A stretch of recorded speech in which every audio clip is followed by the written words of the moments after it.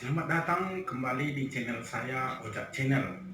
Nah, sekarang adik-adik atau anak-anak kami, sekarang kita masuk di materi geometri bangun datar.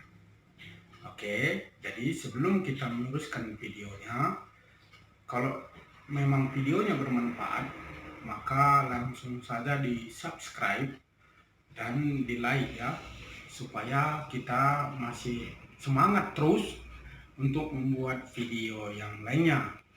Baiklah, mari kita masuk ke materinya. Nah, materi pertama pada geometri bangun ruang adalah kita buat titik ya, karena pada materi ini kita akan membahas semua bagian yang ada pada geometri bangun datar atau bangun ruang. Apa-apa saja yang ada pada bangun datar, nah itu dia. Yang pertama adalah titik. Pernah mendengar titik? Ya, saya kira pernah semua ya. Jadi kebesaran titik itu ditentukan oleh apa yang menulis ya. Kalau saya buat ini adalah titik, maka itu adalah benar. Nah, jika saya gunakan pulpen untuk membuat titik, maka dia hampir tidak terlihat di sini ya. Artinya dia kecil. Nah, kalau dia yang menulisnya adalah kita buat aja misalnya kuas, maka kemungkinannya titiknya bisa lebih besar lagi. Ya. Bisa lebih besar lagi. Nah, jadi bahwa titik itu merupakan, kalau kita lihat dari yang kita buat ini, dia adalah bagian terkecil pada geometri itu sendiri, oke? Jadi ini tadi kalau kita berbicara masalah ukuran, ya tergantung apa yang menulisnya. Apakah itu salah? Tentu saja tidak, ya. Jadi itu kira-kira titik. Kemudian kita sering mendengar istilah titik, ya. Kalau seperti zaman sekarang ada yang bilang bahwa kalau misalnya bertengkar satu dengan yang lain, pokoknya titik. Pernah mendengar itu ya? Saya tidak tahu, pokoknya titik. Atau gara-gara setitik nila rusak susu sebelanga. Pernah juga ya? Jadi itu hanya mungkin istilah ya, tapi kalau dia pengertiannya itu kurang tepat ya, karena titik itu adalah memiliki titik itu bukan tinta yang membuatnya menjadi seperti ini ya. Bukan tintanya, bukan warnanya yang membuat dia adalah titik, tapi hasil dari penggunaan titik itu sendiri, tinta itu sendiri ya. Jadi seperti ini. Jadi nanti anak-anak semua bisa mengembangkan atau membuat kesimpulan sendiri tentang titik. Nah, sekarang kita masuk di bagian yang kedua adalah garis. Oke. Kita belajar garis. Kemudian apa hubungannya dengan titik? Sebenarnya titik dengan garis itu berhubungan. Kalau kita buat dua buah titik, oke, kita satukan seperti ini ya, maka terdapat adalah sebuah garis lurus ya. Dua buah titik menghasilkan dua buah garis lurus. Nah, jadi ini sebenarnya terdiri banyak titik pada garis ini. Jadi titik-titik yang kita kumpulkan di sini, ini kalau kita buat lagi titik di sini semua, kemudian kita satukan, itu adalah garis ya. Jadi bagaimana dengan garis? Ini yang sering kita abaikan semua. Jadi tadi sudah kita buat ini garis, kita panjangkan aja ya supaya lebih jelas. Pernah belajar di SD ya? Waktu SD kita buat dulu dia seperti ini, atau diterangkan guru dia seperti ini. Ini sebenarnya adalah garis ya. Jadi kalau dibuat di dalam angka seperti ini,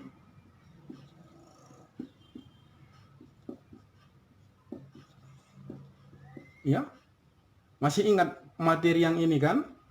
Jadi ini namanya garis bilangan ya. Artinya pada garis itu kita, oh ini satu di sini ya, bukannya dua, tiga.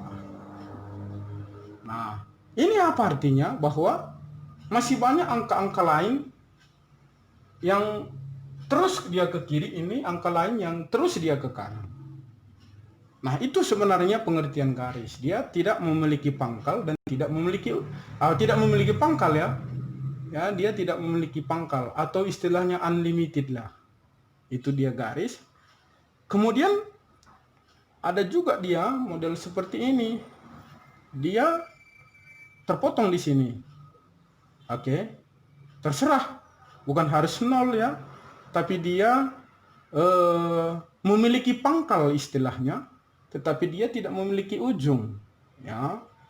Jadi kalau kita buat bisa saja ini angka 0, 1, 2, 3, 4. Ini kita temukan pada base. Nah, selalu menulis angka 2 ya.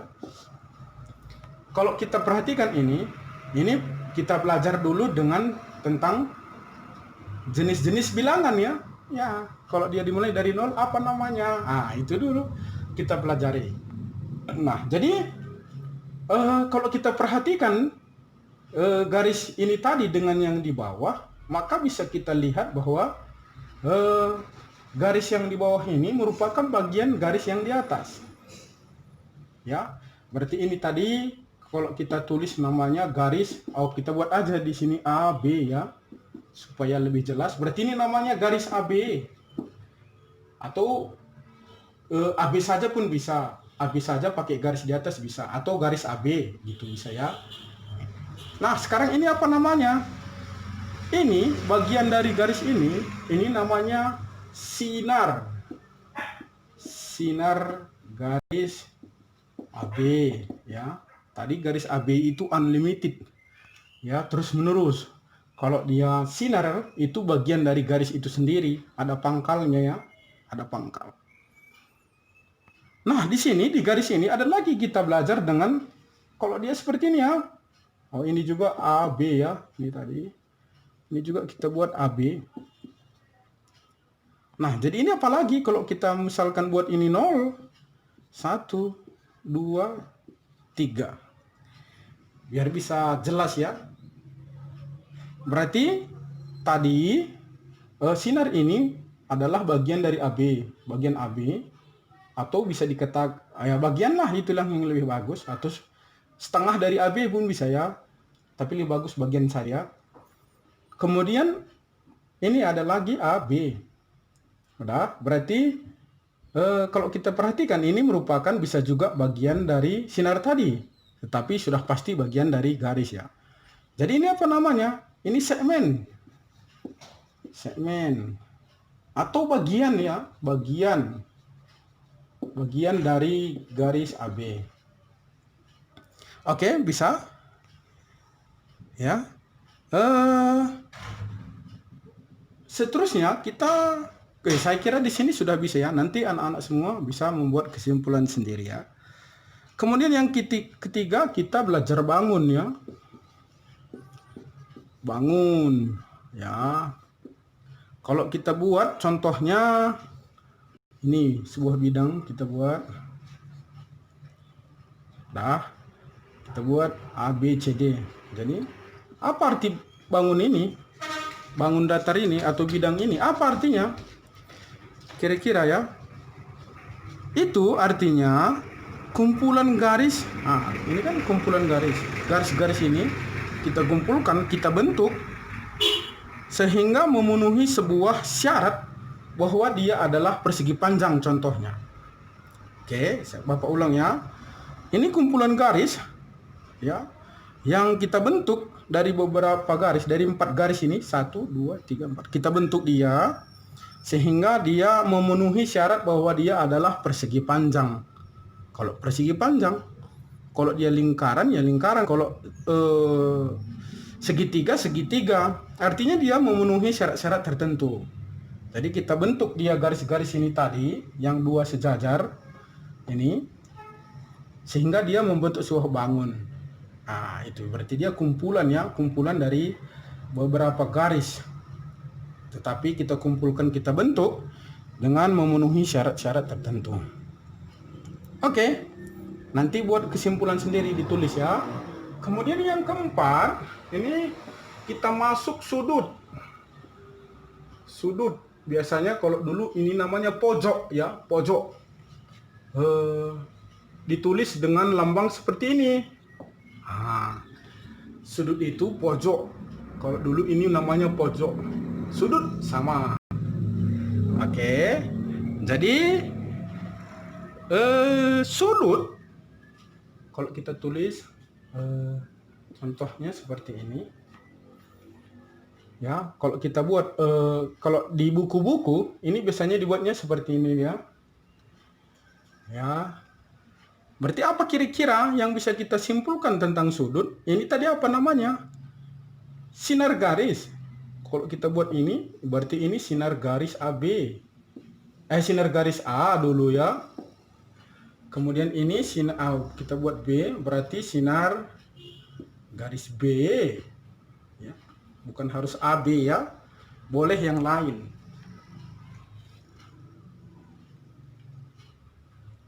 Oke, jadi apa artinya sudut?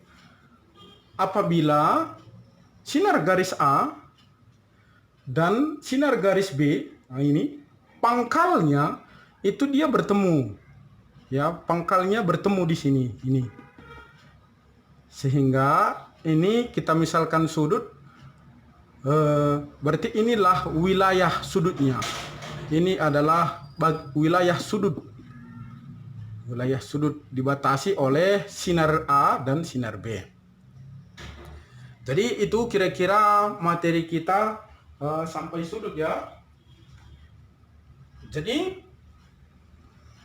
penamaan sudut, oke. Jadi penamaan sudut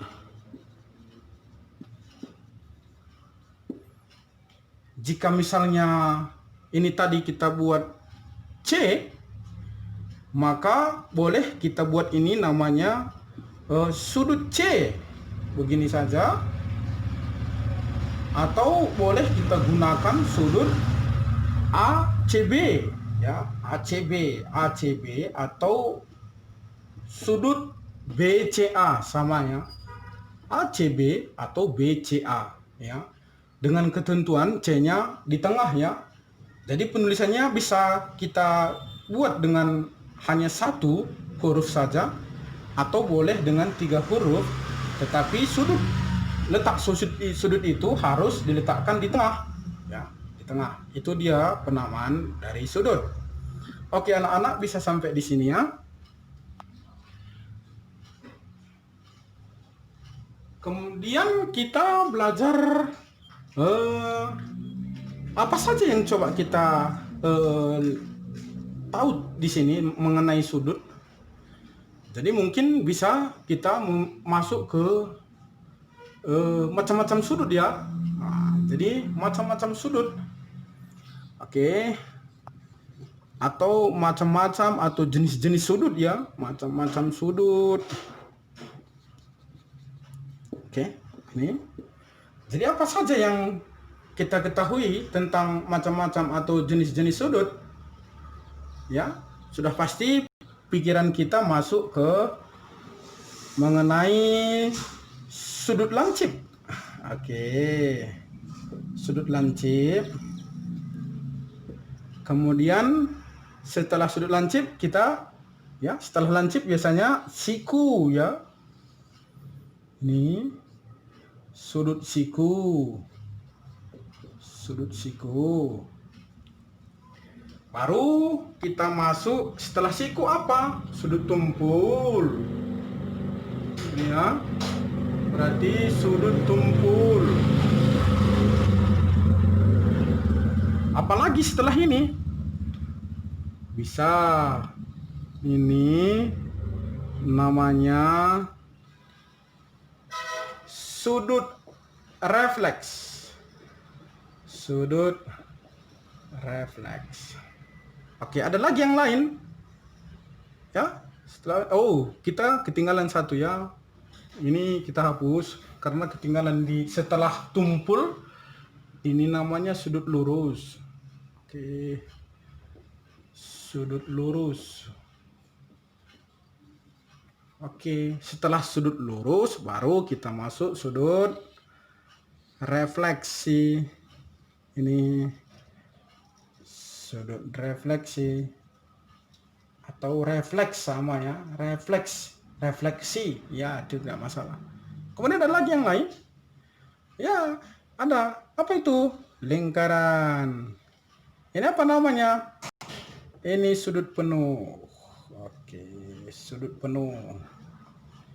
Oke, semua anak-anak kami saya kira tahu ya, namanya sudut lancip itu besar sudutnya berapa, sudut siku-siku itu besarnya berapa, sudut tumpul itu berapa ya. Jadi kalau dia sampai sudut penuh ini 360 derajat nanti ya. Ini 360 derajat.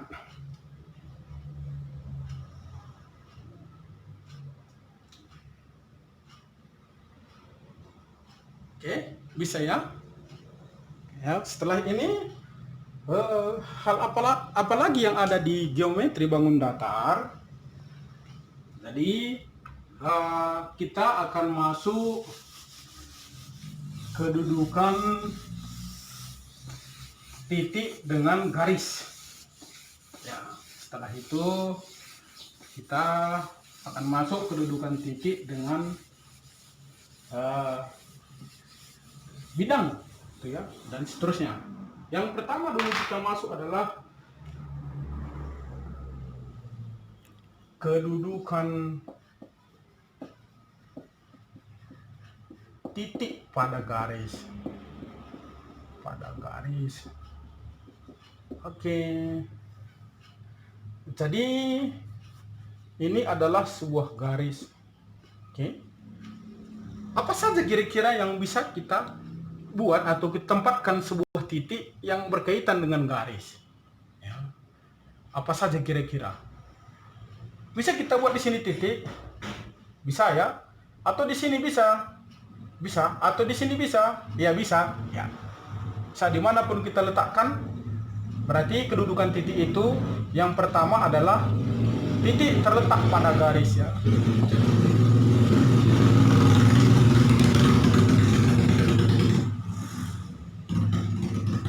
Titik terletak pada garis. Kemudian kemana saja kita buat? Ya, berarti di luar garis ini tadi ya, boleh di sini ya, boleh juga di sini, boleh juga di sini, atau di sini mendekati, oh boleh di sini. Yang penting dia tidak pada garis. Berarti di sini dia ya. Berarti kedudukan titiknya titik terletak pada terletak di luar garis ya, di luar garis. Jadi kalau dia sebagian kena garis, sebagian enggak, ya itu terletak pada garis ya. Tuh, jadi kedudukannya hanya 2. Nah, sekarang kita masuk di kedudukan titik pada bidang.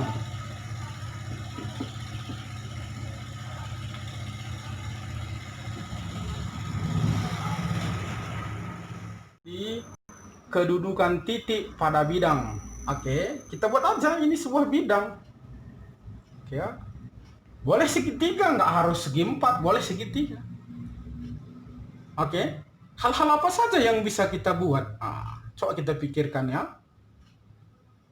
Ya, kita pikirkan. Yang pertama dulu, titiknya boleh kita buat di garisnya ya, boleh. Di mana saja bisa ya, nggak harus di sini. Kita buat aja dia di sini.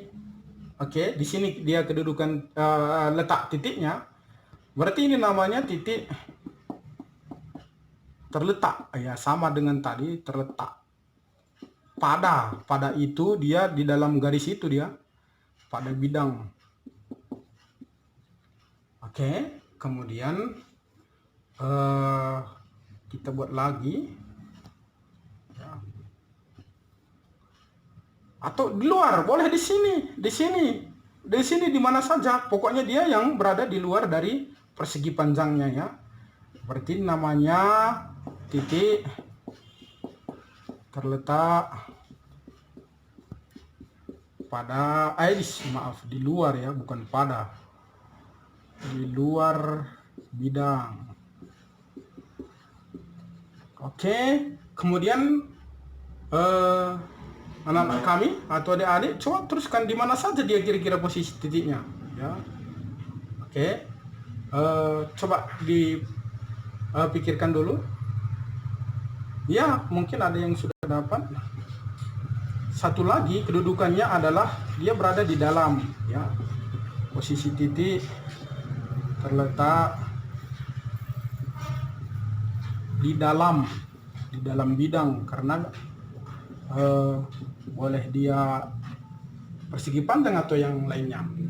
Ini adalah kedudukan titik pada bidang. Kemudian kita masuk di kedudukan garis pada bidang. Oke. Kedudukan garis pada bidang.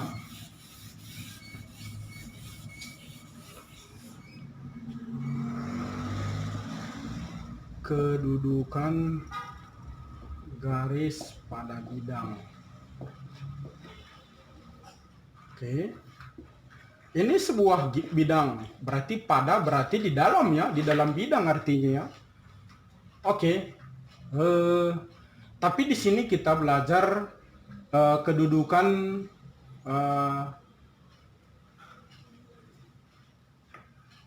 kita buat di sini kedudukan dua garis ya. Kedudukan dua garis ya. Jadi di dalam sebuah bidang ini kita akan membuat dua buah garis ya. Kita akan membuat dua buah garis.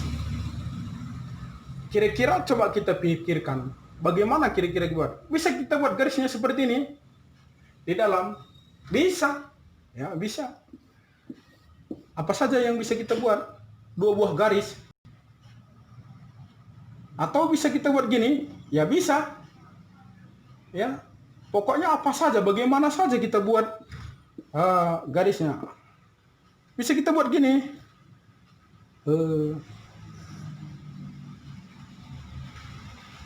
Mana kita buat ya? Atau di sini saja.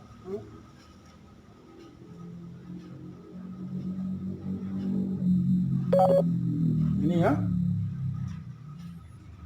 Di sini dia duanya. Atau ada yang lain. Ya, kalau kita buat lagi di sini bisa, tapi harus kita panjangkan, ya.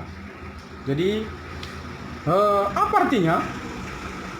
Bahwa dua buah garis yang terletak di pada bidang. Yang pertama dia adalah berpotongan. Ini dia berpotongan di sini di sebuah titik ya. Dua buah garis, kita buat ini misalnya garis A.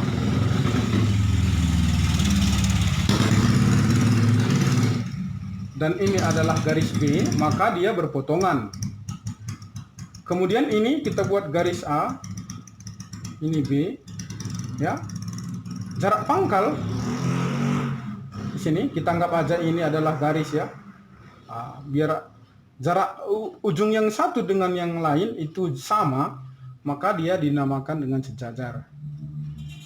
Kemudian kalau dia bersatu, oke, garis A sama B-nya di sini bersatu.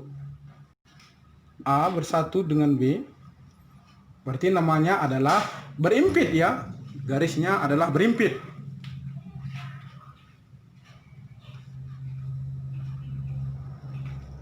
Kemudian ada lagi kira-kira yang lain. Ya. Ada kira-kira yang lain. Nah, saya kira hanya ini ya kedudukannya ya. Oke, ini adalah kedudukan garis pada bidang.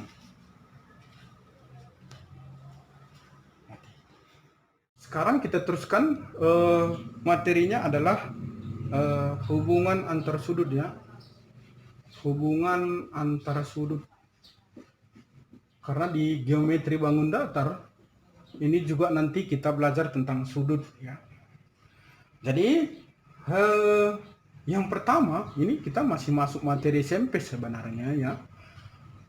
Ini sudut yang saling sudut saling berpenyiku. Masih ingat ya? Saling berpenyiku. Berpenyiku atau istilahnya masih ingat semua ya? Berpenyiku itu atau namanya berkomplemen ya. Ya, berkomplemen. Berkomplemen. Oke. Jadi dia contohnya seperti ini ya. Ini sebuah sudut. Oke. Sebuah sudut, ini kita buat lurus ya. Kita buat lurus ya. Sebuah sudut ya, kita misalkan dia sudut A B, boleh C ya, boleh C atau nggak masalah, atau kita buat D lah biar nanti ada bagus dia. Kemudian sebuah lagi sudut namanya sudut C BD. Pertama tadi sebuah sudut ABD, kemudian yang kedua dengan sudut CBD dan sudut CBD. Oke. Ini kita satukan, dia membentuk siku-siku. Gitu dia kira-kira ya. Membentuk siku-siku. Jadi sudut ABD adalah komplemen dari sudut CBD atau penyiku dari sudut CBD, atau sebaliknya sudut CBD adalah penyiku dari sudut ABD. Seperti itu dia kira-kira ya.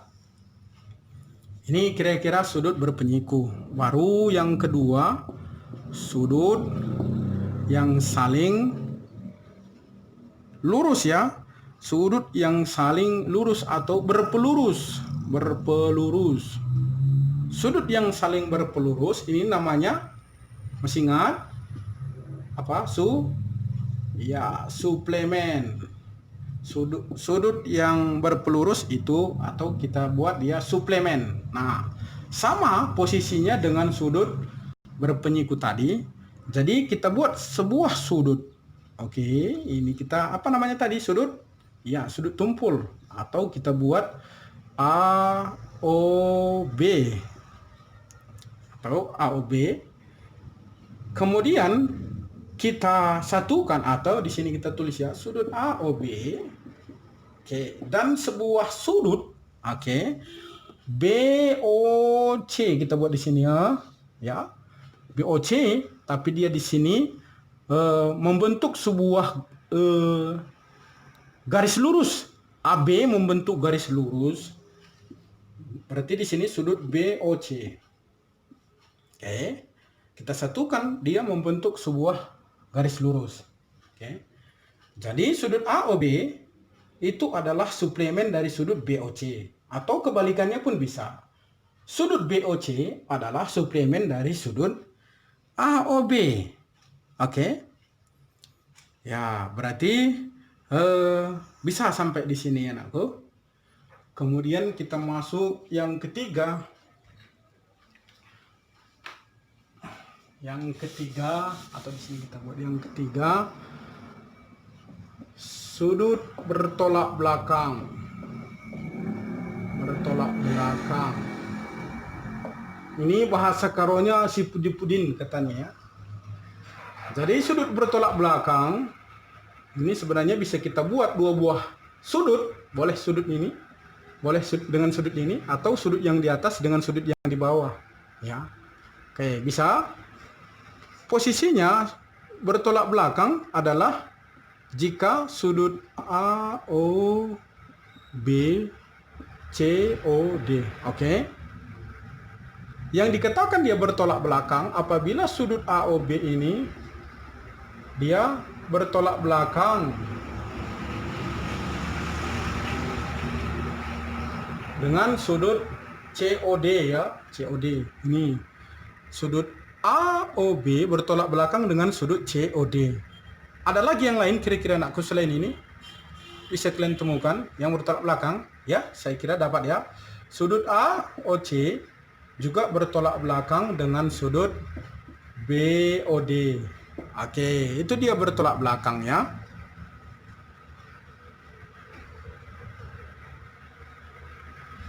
Kemudian kita masuk materi yang keempat, yaitu hubungan antar sudut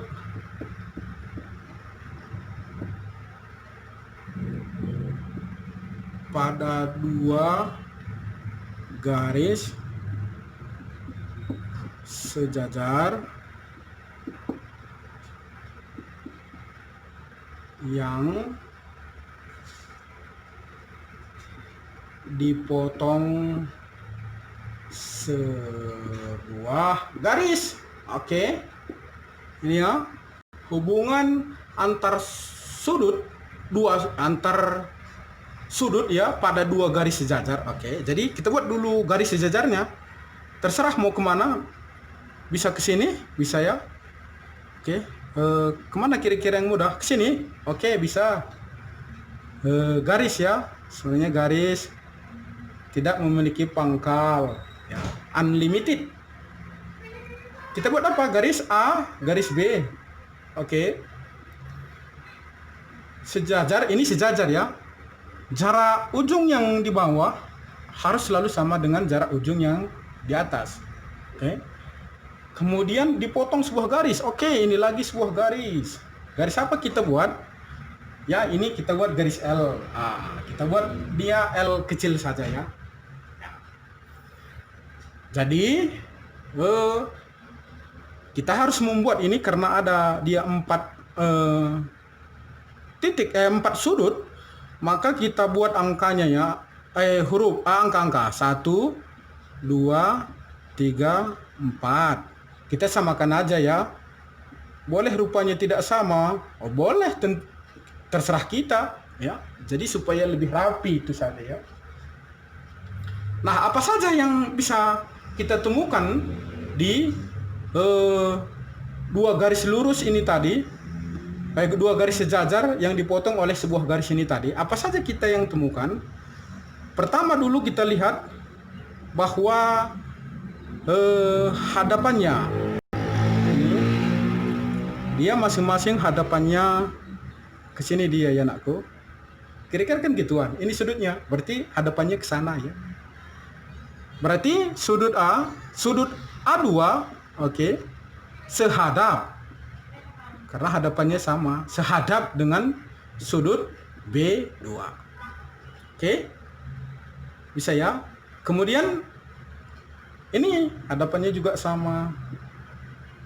Ini kira-kira ya. Berarti hadapannya ke sini lagi dia ya, ini. Berarti sudut A1 sehadap dengan sudut B1.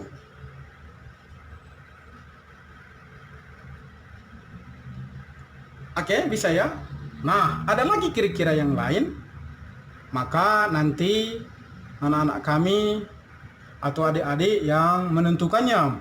Kalau ada lagi ya. Kemudian setelah sehadap, apalagi yang bisa kita temukan? Kaitan 1 dengan 3 ya. 1 dengan 3, 2 dengan 4 ya. Berarti itu apa namanya? Ini di dalam ya, ini wilayah dalam. Kemudian ini wilayah luar ya. Ini di sebelah kiri dari garis ini dan sebelah kanan dari garis B itu kita buat wilayah luar. Kemudian yang diantara garis A dan B itu adalah namanya bagian dalam ya. Kita lihat di bagian dalamnya dulu. 1 dengan 3. Berarti atau kita buat di sini ya. Sudut A1 dengan sudut A3 itu adalah dalam, kan di dalam tadi ya, dalam berseberangan dia ya, berseberangan dengan sudut B3. Oke, tadi sudah saya katakan, berarti selain ini masih ada lagi yang lain, yaitu sudut A2 dengan apa dia dalam berseberangan. Nanti anak-anak kami yang menentukannya ya. Kemudian ini tadi dalam berseberangannya. dalam berseberangan. Kemudian kita masuk luar berseberangan. Oke ya. Kita lihat di luar, berarti yang di luar ini tadi, di luar garis A dan di luar garis B. Luar berseberangan, tapi berseberangan yaitu garis A, sudut A2 dengan, oke, boleh aja di sini dengan ya, atau dan, karena sudah judulnya di atas tadi luar berseberangan. Tadi ini kita lupa membuat judul. Sudut A2 luar berseberangan dengan ya, sudut A2 ini luar berseberangan berarti dengan ini ya, sudut B4. Oke, kemudian cari lagi yang lainnya ya. Ini tugas kalian nanti ya. Kemudian kita masuk di sudut apa saja yang kita temukan. 1 dengan 2 kira-kira ya. Atau 2 dengan 1. Ya. Oke, berarti kita masuk dia dalam sepihak ya. Dalam sepihak artinya dia terletak di posisinya terletak di yang sama dengan satu yang lain. Kalau dia ini tadi A1 dengan B2 itu dia dalam sepihak karena terletak di atas garis itu. Berarti sudut A1 dengan sudut B2. Nah, kalian temukan lagi yang lain. Oke, karena ini materi SMP ya. Ada lagi ya, atau yang terakhir luar sepihak. Luar sepihak ya, berarti tadi dalam sepihak posisinya tadi sama. Kemudian sekarang kita lihat yang di luar tapi posisinya sama, ini di atas garis. Berarti sudut A2 dengan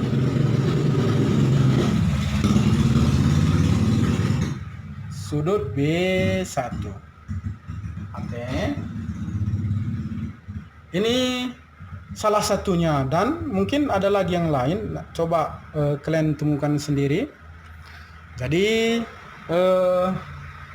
inilah materi awal kita tentang kedudukan geometri pada bangun datar. Hal-hal yang kita harus perhatikan di sini sebelum kita masuk nanti di soal. Coba ini dipelajari lagi. Kemudian yang lebih penting menurut saya adalah pengertian atau definisi dari setiap yang saya buat adalah bisa anak-anak kami sendiri yang buat. Ya, buat sendiri definisinya berdasarkan bagaimana pemahaman kalian. Tetapi dengan ketentuan bahwa dia tidak bisa keluar dari konsep dasarnya. Jadi inilah presentasi saya. Mudah-mudahan anak-anak kami semua, adik-adik tetap semangat ya. Tetap semangat. Oke, inilah presentasi saya. Terima kasih.